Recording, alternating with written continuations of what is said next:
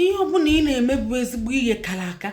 Ịdị ime kwa ile gị nga, ị na-eje ịmụ nwa kwa ile gị nga, ị na-eje ọrụ na mba ofesi nweta ọrụ na mba ofesi kwa ile gị nga, ị na-agụ akwụkwọ tara akpụ kwa ile gị nga, ị na-eme biznes ka ga-epromotu gị haya kwa ile gị nga, ihe ọbụla ị na-eme n'elu ụwa nye anyị na-akwakọ maọbụ na ị na-akwakọ ịnụ nwaanyị ma ọ dị kwa ile gị nga, maka ọ bụrụ onye ọbụla fụ gị n'anya. Ndị oyi niile ọ bụrụ fachọ progress gị. And ọzọkwa o nwekwara ilo ụlọ, ịma na enwere ilo ụlọ secret ilo ịmara ọnọkwala n'akụkụ gị, ọ nara achọ ka ị gaa n'iru.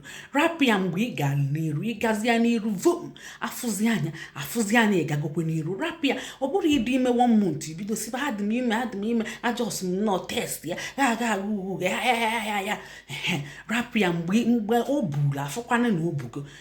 Ụfọdụ ndị na-apị mmadụ aka n'afọ ịdị ime ịbụ asịrị gbakute, ikwesịrị ime ya. Ọ bụ ihe ekwesịrị dị sensitive, ikwesịrị ịjụ mmadụ ma ọ dị ime pịbịa aka n'afọ ma ọ bụ kedu ihe ọ ga-amụ, ọ bụ nwoke ka ọ bụ nwaanyị. Ịbụ asịrị gbakute, onye jụrụ ụdị ya bụ redio, ya bụ redio Minaj gbaala onye ahụ ụsọ ma tụọ onye egwu. Onye jụ gị kedu ihe ị ga-amụ ma ọ bụ ịdị ime na ya apị gị aka n'afọ, nwaanyị na-amụ di, ọ bụ gị na-agbadolu gị na di ya ọkụ n'abalị, ọ bụ gị na-ebe achadolu gị na di ya ọkụ n'abalị iji gaa na-ajụ di ya ahụ.